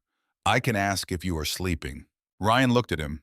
His father's eyes were bright, and his jaw was set in the particular way it set when he was holding something back that he had decided needed holding. And Ryan thought, not for the first time, that the two of them were built from the same materials, in the same configuration, which was both why they understood each other with such completeness and why they occasionally drove each other entirely insane. "Come inside," Ryan said. "I want to show you something." He had brought a folder. Printed pages, actual paper, because Gerald thought better with things he could hold. Plans for the coal mechanical rebuild. Not architectural blueprints yet, but detailed enough to be real. Square footage, equipment list, electrical requirements, ventilation, lift specifications, workspace layout designed to allow multiple people to work simultaneously without interfering with each other. And beside those, a second set of pages. The apprenticeship structure, not a school curriculum, nothing with grades or standardized language. A teaching structure built on the same principle Gerald had always operated by. You learn by working next to someone who explains the real thing. You learn the why before the how. You learn to see the system before you learn to fix the part. Gerald sat at the kitchen table and read every page. He read slowly, turning each sheet carefully, going back occasionally to reread something. His eyes moved with the attention of a man who had spent his life taking things seriously and knew the difference between reading something and actually taking it in. When he finished, he set the last page down and put both hands flat on the table and looked at his son. "You kept my name for it," he said. "Coal Mechanical," Ryan said. "That is what it always was. That is what it stays." Gerald's hands pressed harder against the table. He was very still. "I built that name over 20 years, he said, and his voice had something in it that was barely contained. "One customer at a time, one honest repair at a time. When I could not work anymore, I thought it was over. I thought the name would dissolve, that in 5 years nobody would remember it." "It does not dissolve," Ryan said. "It grows." Gerald looked at his son for a long moment. Then he said, "Sit down. Tell me everything from the beginning. Tell me what the crowd was like. Tell me what Marcus Holt looked like when the engine turned over. Tell me all of it." So Ryan sat down at the kitchen table in the house where he had grown up, in the town where his father had built something out of nothing over 20 years, and he told him everything. He talked for over an hour. He talked about the crowd and the cameras and the 23 mechanics and the way the four failures had hidden behind each other. He talked about the connector, the original assembly point, the thing he had missed on the first pass and found on the second. And his father leaned forward at that part and asked four specific questions and listened to each answer with his complete attention. He talked about Denton Briggs and what Denton had said in the video and what he had agreed to do. He talked about Marcus, about the conversation at the edge of the staging area about the charity ride, and what it had meant to ride the route beside the Iron Beast 10 days after fixing it. Gerald listened to all of it without interrupting, which was the way he listened when something mattered. When Ryan finished, Gerald was quiet for a moment. Then he said, "The connector. That is not something I taught you directly. I know I did not." "No," Ryan said, "but you showed me the principle. You always said the first assembly is where the original assumptions live. That whatever the builder assumed gets locked in at that point, and everything after is built on top of those assumptions. I took it to the next step. I went looking for the assumption that had never been examined." Gerald looked at him for a long time. "I did not know you were watching that closely," he said quietly. I was always watching that closely, Ryan said. The call with the Chicago Foundation happened on a Thursday evening, 2 weeks after Ryan got home. He sat at the kitchen table with a legal pad and a pen and his phone on speaker, and he listened to two people from the foundation explain their interest, their funding model, their vision for what a program like Cole Mechanical could become at a larger scale. They were professional and articulate and clearly well-intentioned, and Ryan let them speak without interrupting until they were finished. Then he asked 9 questions, specific questions, the kind that have only one honest answer and reveal a great deal depending on what that answer turns out to be.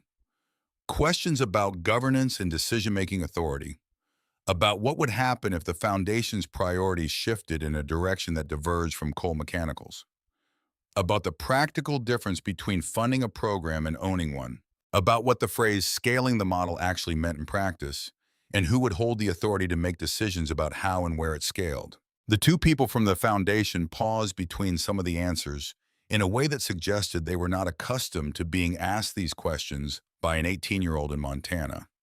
But they answered honestly, and the answers were mostly the right answers. And when one of them was not quite right, Ryan said so plainly, and they revised it. And by the end of the call, something real had been established between them. Not merely an agreement. A relationship in which all parties understood who they were dealing with. After the call, Ryan sat at the table for a while. Gerald came in from the back of the house and looked at his face. Well, we are taking their funding, Ryan said, with conditions. What conditions? Cole Mechanical makes all programmatic decisions independently. The foundation provides resources and reporting support. They can call it a model program if it works. They do not get to change what it is in order to make it work somewhere else. Gerald nodded slowly, and they agreed. After I explained why it mattered, Ryan said, he looked at his father. When you understand why something is built the way it is, you already know how it can fail. Gerald was quiet for a moment. Then he said, I have been saying that about engines for 30 years. It applies to more than engines, Ryan said. That is why I used it. The garage rebuild took 4 months. Not because the money was slow. The money was there and accessible and clearly designated for this purpose. It took 4 months because Ryan insisted on doing it right, which meant doing it in the correct sequence, which meant not skipping the foundational work in order to get to the visible parts faster, because that was not how you built something meant to last. He hired locally. Every contractor, every electrician, every supplier came from within 50 miles of Billings because the money had arrived from somewhere else, and Ryan had decided that whatever good it could generate would begin in the place where he lived. Gerald was present for every significant decision, not as a figurehead or as a symbolic presence, but as the partner. He had always been the person whose understanding of what they were building went deeper than any specification sheet could capture, because he had built the original version of it with his own hands over 20 years. Bob Haley, the garage builder Marcus had recommended, flew out in the second month. He spent 3 days going through the plans with Ryan, making suggestions, identifying 2 structural decisions that would have created problems down the road, and flagging them before they were built in. He left with a handshake and a standing offer to return when the first students were ready to begin. Denton Briggs came in the 3rd month and spent a weekend helping configure the diagnostic station. He left behind a set of reference materials he had compiled specifically for Cole Mechanical. Not textbooks, not certification preparation guides. Case studies from real problems on real machines written in the way you would explain something to a person who needed to understand not just what had failed, but why the failure was difficult to see, and what that difficulty revealed about the relationship between the systems involved. Marcus called every 2 weeks. The calls were short because Marcus was not a man who used conversation to fill silence. But they were consistent, and in their consistency, Ryan began to understand something about Marcus Holt that the public version of the man did not fully convey. Behind the chapter and the charity work and the motorcycle that had briefly become the most discussed broken machine in the country, there was a person who had spent decades trying to figure out how to make the thing he had built mean something beyond himself. Who had been asking in one form or another the same question Ryan was trying to answer, and who recognized in Gerald Cole's garage in Billings the shape of an answer he had not been looking for in the right place. In the fourth month, Loretta Horn brought her 14 students from Yellowstone County High School for a tour of the nearly completed garage. They came on a Saturday morning in two school vans and stood in the space that had been rebuilt from the bones of something Gerald Cole had constructed by hand over 8 years. And they looked at the new lift in the diagnostic station and the workbenches that had been built at heights and angles that assumed the people using them had something serious to do. Some of them were quiet. Some of them were loud in the way of young people who express interest through movement and volume. And one of them, a boy of about 15 standing near the back of the group, wearing a jacket that already had grease worked into the fabric from something unrelated to today, kept touching the tools. Not picking them up, just touching them. The way you touch things you have always wanted access to and still cannot quite believe you are allowed to be near. Ryan watched him. He recognized the gesture completely. He walked over and said, "You work on anything?" The boy looked up. "My uncle's truck," he said, "when he lets me." "What kind, Baum?" "'89 Silverado, carbureted."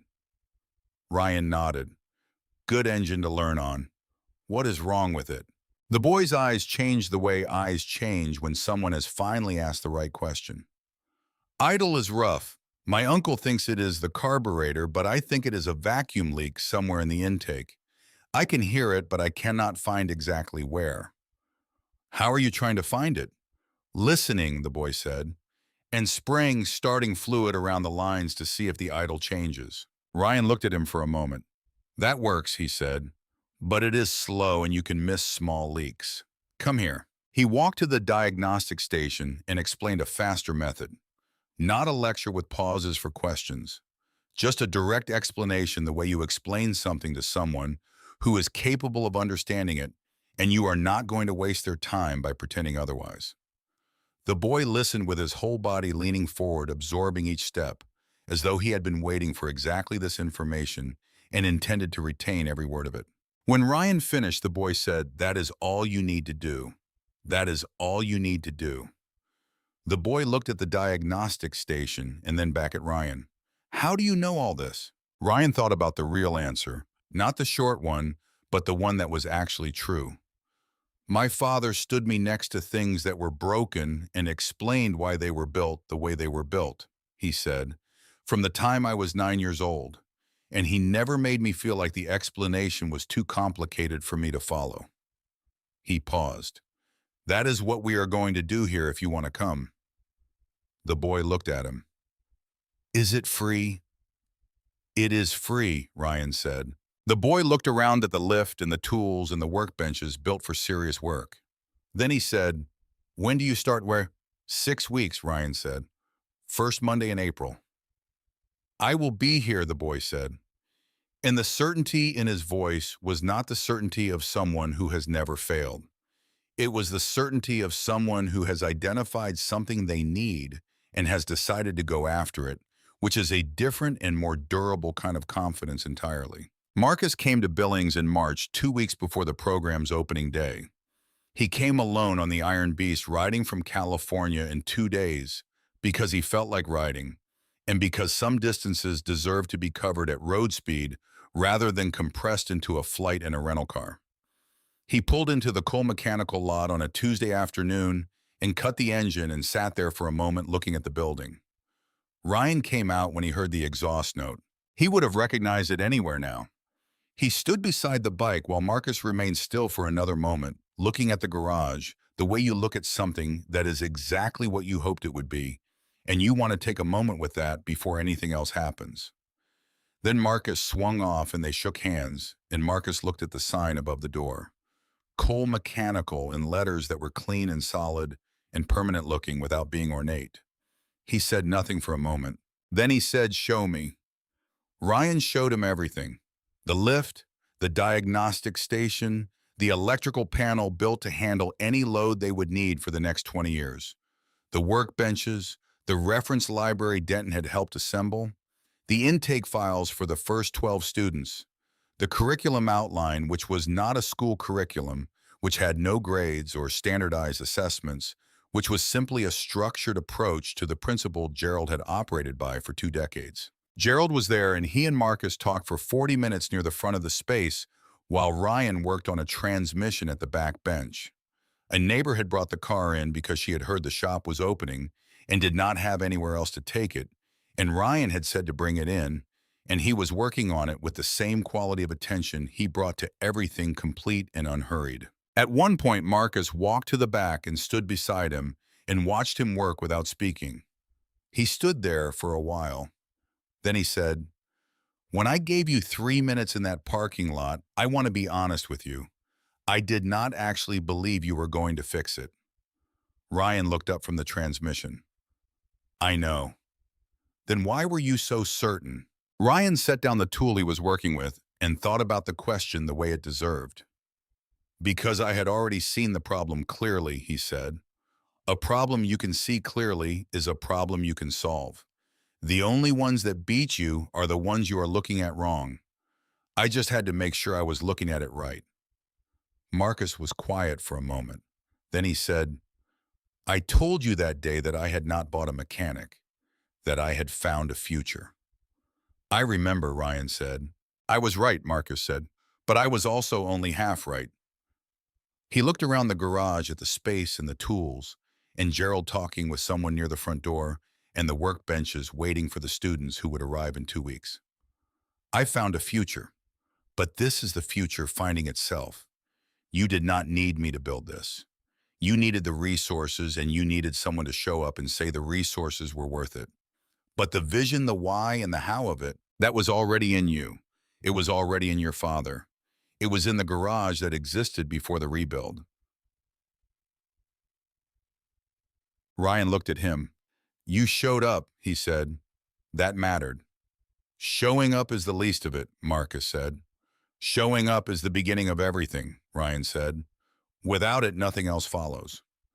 Marcus held his gaze for a long moment. Then he nodded once, the specific nod of a man who has been corrected on something true and accepts it without qualification. The first day of the Cole Mechanical Apprenticeship Program was a Monday in April.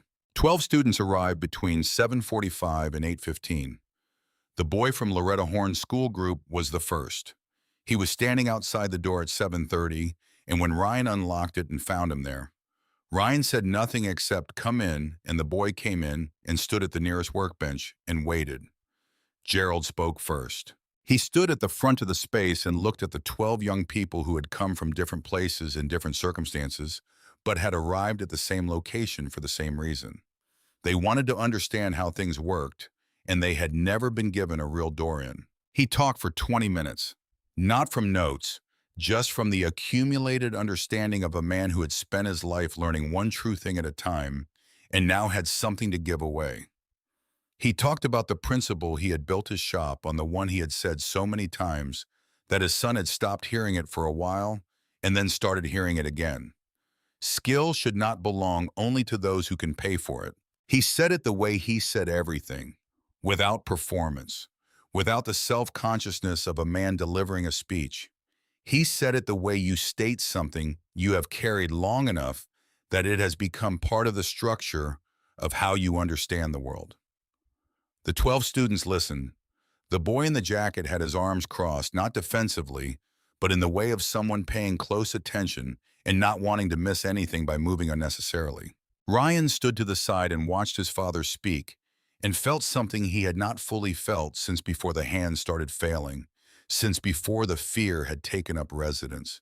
In the night since before 2 years of holding everything together had required him to put certain things in careful storage until there was room for them again. He felt something settle, not the relief of a problem solved. He had felt that in the parking lot in California when the engine caught and the crowd broke and the exhaust note filled the afternoon air. Not the satisfaction of money transferred or a reputation established or a story told to the right ending. This was different and quieter and more durable than any of those things. This was the feeling of something beginning that had the right structure to last. A foundation built to the correct depth. A connector seated correctly from the very start, from the first day in the right position, so that everything built on top of it would hold. Gerald finished and looked at his son. Ryan nodded. Gerald said, "Ryan, show them where we start." Ryan walked to the first workbench. He looked at the 12 students looking back at him at their faces in their youth and the specific mixture of hunger and uncertainty that lives in people who want something they have never been fully permitted to want. He said, "We start with why things are built the way they are, not how they work, why they work that way. Because when you understand why, you already know how they can fail. And when you know how something can fail, nothing it does will ever completely surprise you." He reached under the bench and brought up an engine component, something simple enough to hold in both hands and turn over and examine from every angle. He placed it on the bench. "Pass it around," he said. "Tell me what you think it does and why you think it is built the way it is." The boy in the jacket reached for it first, and Cole Mechanical began. Outside in the lot, the Iron Beast sat where Marcus had left it 2 weeks before, when he had come to see the finished garage and had decided to leave the machine there because it seemed right to him that it should be present on the first day, the way certain things should be present at beginnings, even if they have no functional role to play. The engine was cold. The machine sat in the April morning light with the patient quality of a well-built thing that has been correctly repaired and is waiting without urgency for the next time it will be needed. Some things, when fixed correctly, do not break the same way twice. And some things, when built on the right foundation, do not need to be rebuilt. They only need to grow. They only need the door left open and the next person let through it, and the person after that, and the one after that, each one carrying forward something they received in a place where the only requirement was that they were willing to learn the real thing from the beginning. That was what Ryan Cole understood at 18 years old, better than most people understand it at twice his age. That the work that lasts is never the dramatic work. Not the 3-minute diagnosis in front of the cameras and the crowd. Not the moment the engine caught and the crowd broke and the exhaust note rolled out across a parking lot in Riverside, and 400,000 people watching a live stream felt something move in their chests without knowing exactly why. The work that lasts is what happens after. The quiet building, the right sequence, the foundation taken seriously before the visible parts are attempted, the door left open for the person behind you who needs it and does not yet know it exists. Marcus Holt had once said he had not bought a mechanic, that he had found a future. What he said later in the conversations and the quiet moments when he let himself be honest about what that week in California had actually meant was that the future he found had been there all along. Working a 6 o'clock shift at a service station in Billings, Montana, carrying something too large for one person's shoulders and carrying it anyway every day, without complaint and without the expectation that anyone was watching or that anything was coming. Something came. The engine roared. And what followed was not luck, and it was not a story that ended when the money transferred, or when the cameras left, or when the crowd dispersed into the ordinary world and took their footage with them. It was a beginning, and it was built to last.